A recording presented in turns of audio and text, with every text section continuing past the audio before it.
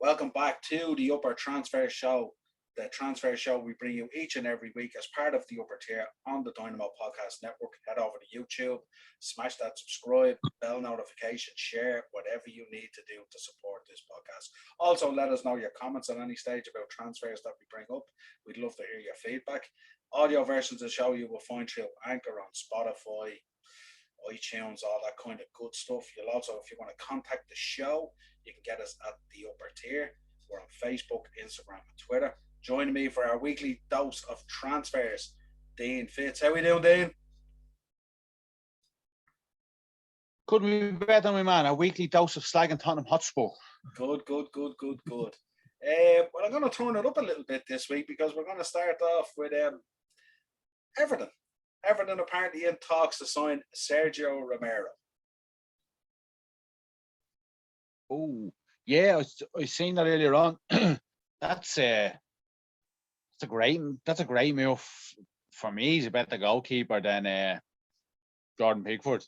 I don't know how he wasn't given a chance at United. Surprised at them kind of telling him that you could go for it. Just regarding Everton as a whole, Rafa Benitez, we talked about it last week, the disrespect from Everton fans to Rafa Benitez. Someone coming in there, he doesn't exactly play an attacking, exciting brand of football. He knows how to get a job done. And I just think him going into Everton with the players that they have there, if they can buy into what Rafa is trying to sell them, and he has an eye for a decent player in the transfer market. Just unfortunate that he was fucked under a bus by two tramps at Liverpool, Gillette and Hicks, because he was promised the sun, moon, the stars. We were signing like Aguero, we were signing Mate, and we ended up with some absolute ponies. But that's a great bit of business if you ask me. As much as I hate Everton, I think a lot of people outside of Man United think that Romero's a very good goalkeeper. Yeah, it creates an interesting situation there with Pickford, because I'd imagine Romero doesn't want to move somewhere where he's moving to be number 2 again. I'm sure he wants to get some game time, get out there playing. Rousey, anyone with bigger arms. Just gonna say, anyone with longer arms is a better goalkeeper. Rousing the Cop reporting this week that Liverpool have made initial inquiries about Kylian Mbappe. We talk about it on the Shankly sessions enough and all that kind of thing. The connection isn't really going away. Neither side is ruling anything out, but neither side is really saying a whole lot either. So it's I don't know. I sort of, as it rolls on and on and on, you just sort of like, it's just out there as something to think about, when you want to smile and stuff like that. But yeah, I don't know. I'm just not too sure. It's like he's waiting out on the rain for someone to just open the door and say, "Come on in, son. Come on in." Yeah. But it's one of those things where it's just kind of just sitting there idle.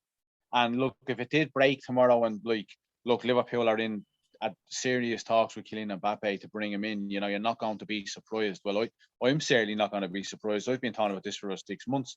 The talk now that Real Madrid aren't really pushing the boat out for the deal. The only glimmer of hope I have hanging on to this, just the numbers involved in this deal are astronomical.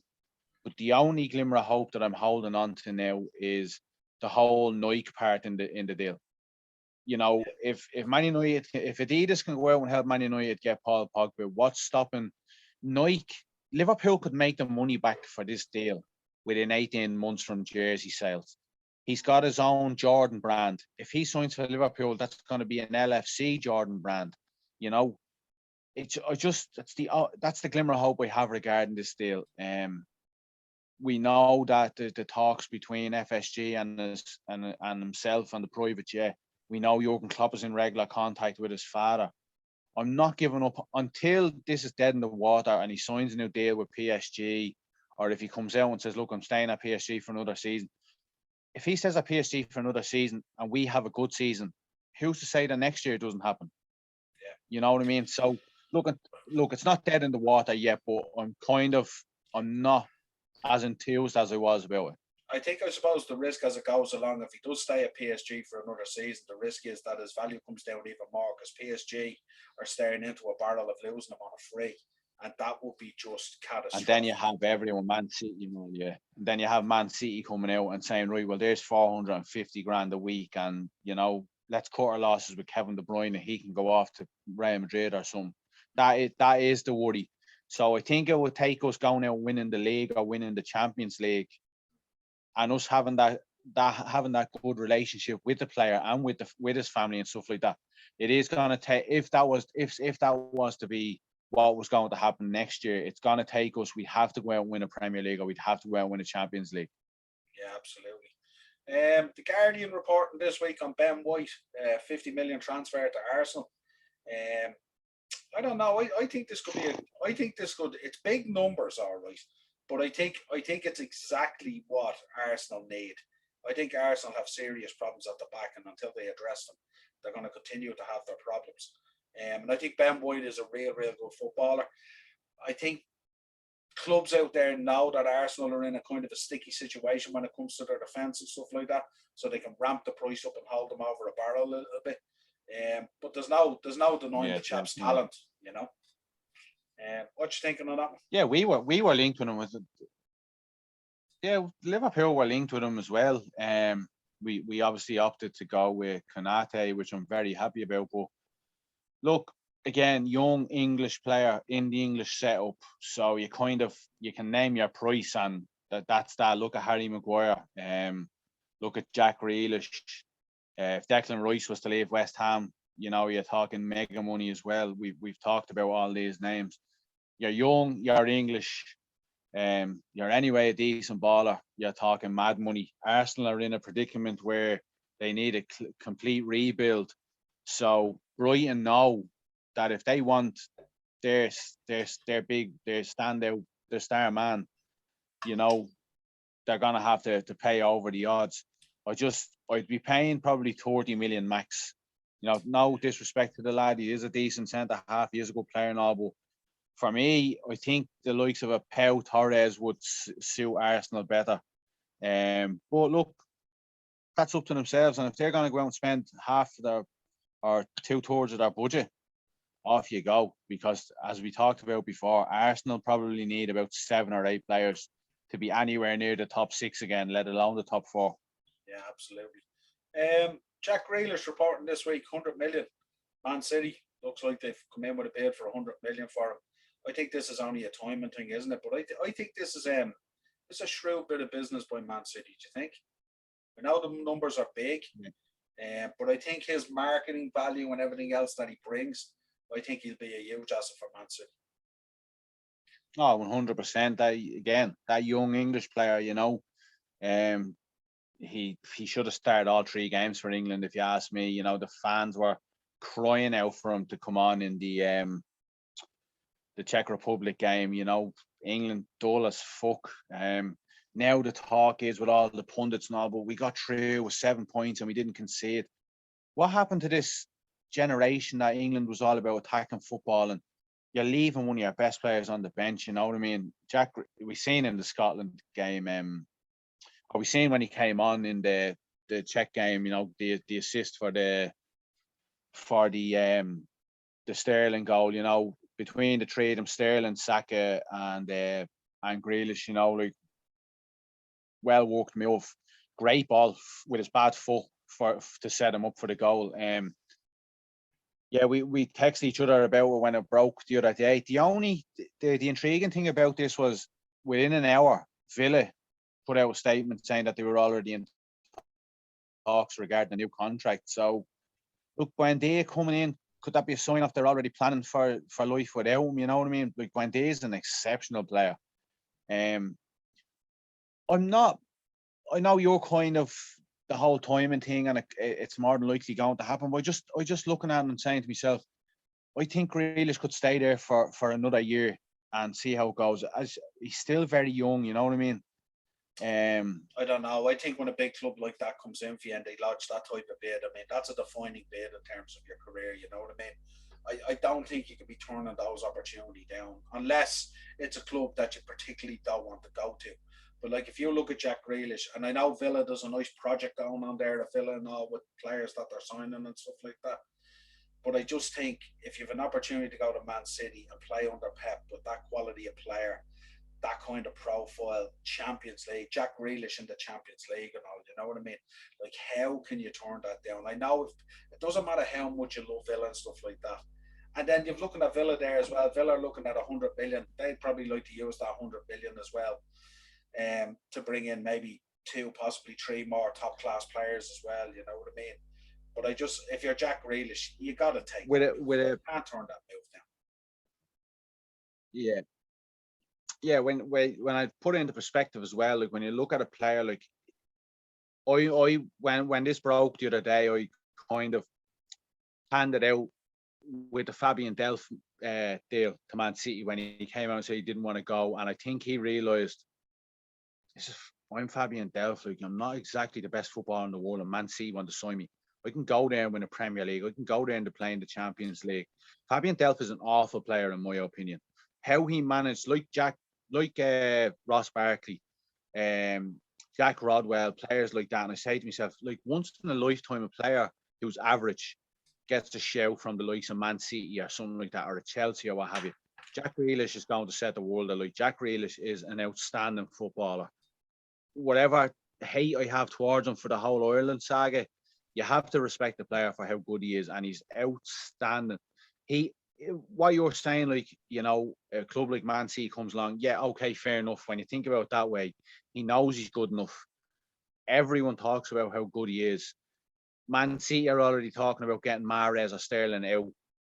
There's your natural replacement for either or. So in that sense, yeah, probably more than likely going to happen.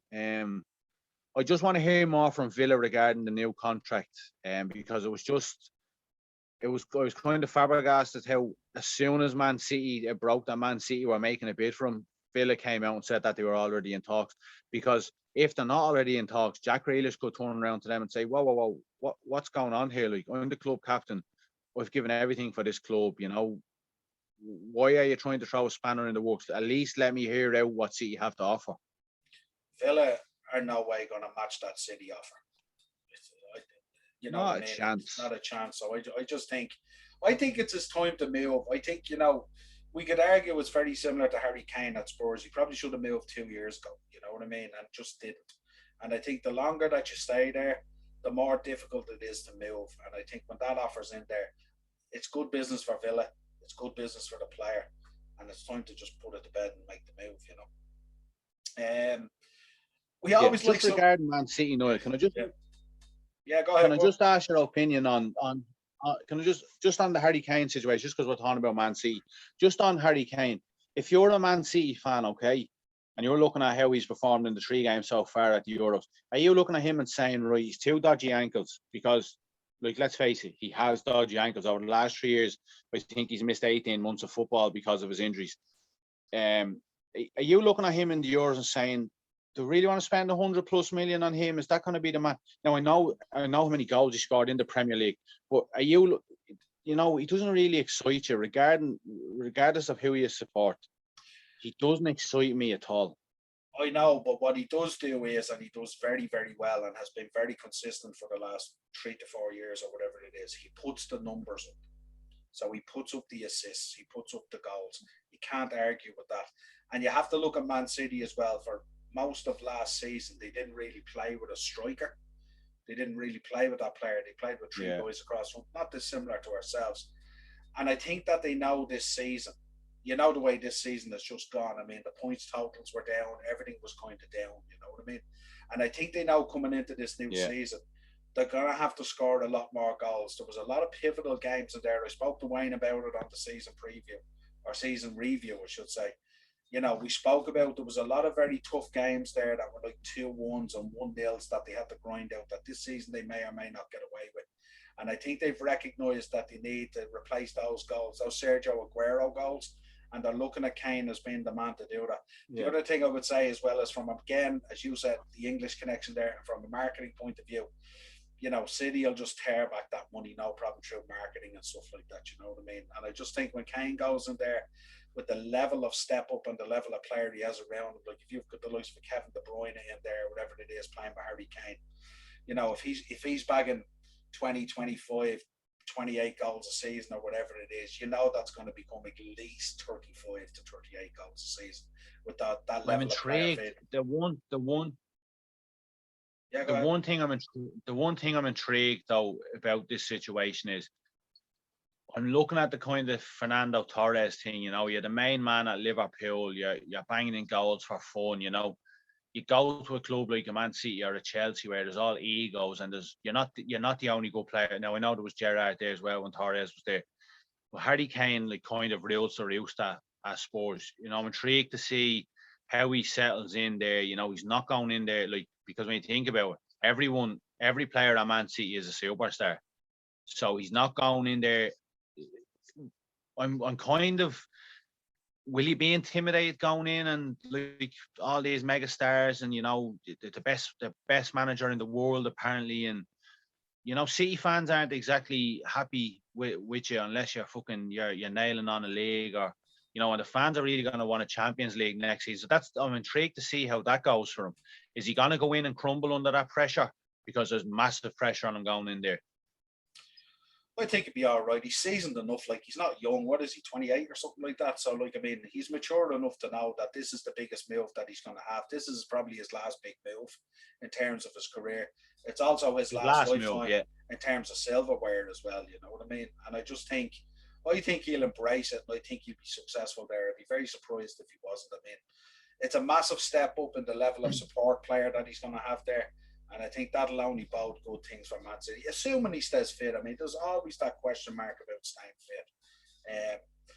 But I just think Kane, when you get a real good Harry Kane who's fit and stuff like that, he's superb. He's as good as anyone worldwide. You know what I mean? I just really think he's exceptional. Just one thing, we don't condone gambling here on the upper tier transfer show, but you know what way this is going. If Harry Kane does go to Man City, you know Man City won't win a trophy next year and Spurs will win something. So put your money on Man City not winning the trophy next year and Spurs winning the league cup or something. Can you imagine if Spurs went out and won a trophy next year when he leaves?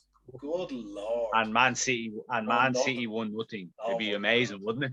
Yeah. Love it. Couple of bits of information. Come out beyond here. Pat Hills everywhere. Every show probably. Couple of bits of information coming in regarding Chelsea. The Star referring to Timo Werner as a flop, and the talk is that he might be looking to go back to the Bundesliga, the Bayern Munich. I love when these papers call players flops who have just won a Champions League. I know Ian, who does be on the show and stuff like that, Ian Kelly, he will laugh at these headlines, and we always like to throw this stuff in just for a bit of fun and a bit of banter. The other one that I thought was crazy as well was Billy Gilmore. Talk of Billy Gilmore going out on loan, leaving the opportunity potentially for Ruben Loftus-Cheek and Bakayoko maybe have a lifeline at Chelsea. At what point in anyone's thinking do you send Billy Gilmore out on loan and hopefully have an opportunity for Ruben Loftus-Cheek and Bakayoko? Billy Gilmore's outstanding. Ruben Loftus-Cheek is about 43 now. He's kind of Chelsea's Jesse Lingard nearly, isn't he? And Billy Gilmore is more than happy to sit there and just deputise for N'Golo Kante or a Jorginho. Like, there's talk of Jorginho going to Roma in the summer, or going back to Italy. If I'm Billy Gilmore, I'm saying to Tom Tuchel, here, listen, pal, I'm more than happy to sit here and play 10, 15 games this season and learn from the best, one of the best midfielders on the planet ever. Yeah, if Tuchel is saying to him, look, you're going out on loan, I'm going to hold out here with Bakayoko and Ruben Loftus-Cheek. I'm Billy Gilmore. I'm saying, listen, pal, see that crack pipe you have under your desk? Pass it here, pal. Will you? I've an iron brew here as well, too, pal. I think the Chelsea fans will go ballistic. I think Billy Gilmore this year is going to have a huge season. I'm going to see what the lads on the Chelsea Roar have to say about this. They'll say the same as us, that it's absolute madness. But that game alone against England, his price tag probably went up about 15 million. Minimum. Let's move on from the madness of some of this talk. Anyway, Hakimi. Look, it looks like the saga's over. Italian Gazzetta del Sporto reporting that Hakimi has agreed a deal between Paris Saint-Germain and Inter Milan for 65 million. So it looks like Chelsea's going to miss out on. So we go from the fun of talking about Chelsea to an actual target that they had potentially missing out on. What you thinking? Super player. Very, very. When I thought you said Hakushi at first, I was like, this isn't a wrestling podcast. No, Hakimi. No, yeah. Look, I feel sorry for Inter Milan. They had to sell him. To kind of balance the books, because the financial difficulty that's at the club at the moment. Outstanding player. Whoever signs him, you know, you're up in your game, big time, probably 10, 15, 20%. Very, very exciting player. Great talent. Chelsea don't really need him, do they? If we're honest, you know, yeah, it's not really a loss to them. There was talk of him going to AC Milan, wasn't there? That he was just going to cross the divide there, but you know, like PSG going out and throwing ridiculous money at players again. I can only imagine what the wage structure is for this deal. And a 65 million. Look, Inter Milan, 65 million coming in. I'd say they'd probably spend about 30 million to replace him, and I'm sure they'll get someone who's just as good. But for them to keep Lukaku that was their main objective this summer, and he's came out and said he's staying. He's already talked to Inzaghi, and he's happy with the projects being built there. And I don't think they're going to lose too much sleep. But obviously, it's a big loss after winning the league, and he was one of our star players in breaking that Juventus stronghold. So, look, the 65 million softens the blow, but I don't think, you know, it is a big loss, and you know it's a big ask to replace him. But I don't think anyone's going to lose too much sleep. There's money there to reinvest in him, like to replace him. But you've also got a few bob to strengthen in other areas. So it's kind of a win-win. Yeah, it'd be definitely pivotal to Inzaghi going in there. You know what I mean? He's going to need funds there to raise the bar. It's going to be a difficult season for Inter this year, without a shadow of a doubt. Sorry, Noel. Sorry, I'm still having a laugh about Billy Gilmore going on loan for Bakayoko coming over last G. It's a madness. We always like to throw in a little curveball bit of fun on these shows, you know. Nuno recommended the Spurs that if he is signed as a potential manager, he wants his first signing to be Connor Cody. And I'm there thinking, do you want the job at Spurs? What was you thinking on that one? Yeah. Has he not looked at the Paulo Fonseca and the Conte situation? You're not getting what you want at Spurs, pal. If he's going in there, he's going to wherever England are training, and he's begging on his hands and knees for Harry Kane to stay, because I don't give a fuck who you're signing or who you want to sign. This is anything to do with Spurs. I said it as soon as we started our weekly dose of bantering Tottenham Hotspur. That's just doomed from the start. As soon as he's wins. The interviews must be hilarious. I can imagine him in there with Levy, and he's being interviewed for the job. And, you know, Levy is saying to him, so what do you think? Where do you think they should go? Who do we need? Stuff like that. You know, we're thinking sort of Milinkovic-Savic and Pau Torres and Patson Daka and all this. And he goes, listen, Daniel, Connor Cody is the man we need. And I could just imagine Daniel Levy going, shut the book. It was next on the interview list, you know. Want Connor Cody, and then after I want Roman Size, and if we're lucky, can we get our Neto win as well? You're not getting what you want. But if Daniel Levy, if he's this footballing brain, and he's coming in and saying, look, the first player I want is Connor Cody, I'm like, interview's over. That's the end of it. Good luck. Absolutely. Stick with Ledley King. Looks like Leicester are going to get Patson Daka. Yeah, 25 million. Liverpool can't guarantee first team football, well, regular first team football. I really had my heart set on this deal. I thought this was the man to come in and finally replace Divock Origi, cult hero as he is. It's just time for Divock to go. I was really convinced. I thought this deal was only a matter of time before it was announced. I'd just love to know what Brendan Rodgers has said, because unless he's kind of told Jamie Vardy that, look, you're going to be rotated a bit more. Jamie Vardy still has another 2 or 3 years left in him. He just comes across as one of those players that, it's just a James Milner type. Only James Milner doesn't drink 20 cans of Red Bull and eat nicotine patches before games. But yeah, it's a strange one, because I don't see him playing regularly at Leicester unless he's going with a 3 up top.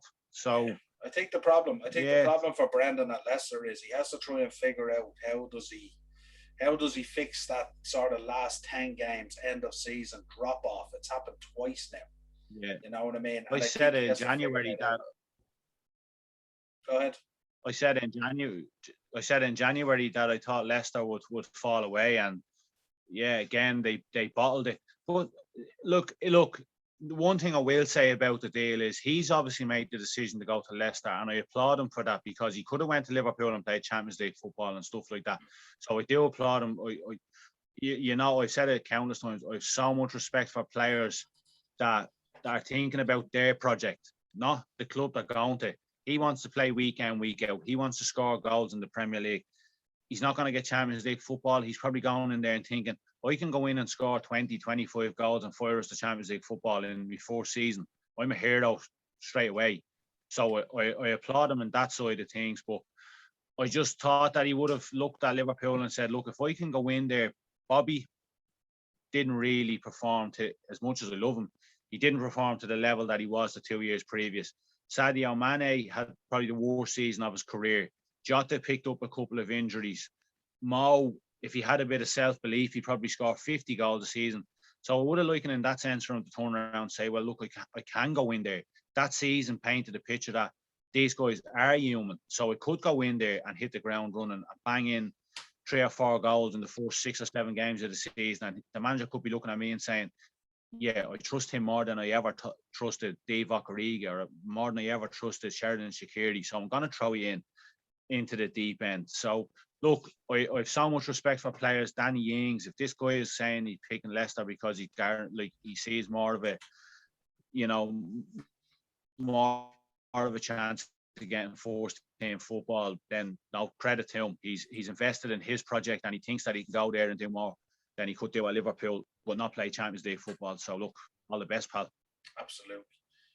Kieran Tierney, good news for Arsenal. Signs a new long-term deal. I think this is great news for Arsenal. I see Kieran Tierney, without a shadow of a doubt, if he can stay fit, one of the top players in the league without a shadow of a doubt, but also a future captain for Arsenal without a doubt. I like everything about this guy. I'd go out, and it's not far-fetched by any means. I've a family who are Celtic season ticket holders who've talked about this guy for years. He's a leader. He's an Andrew Robertson figure. If I make Mikel Arteta, I would have no problem giving him the captaincy next year.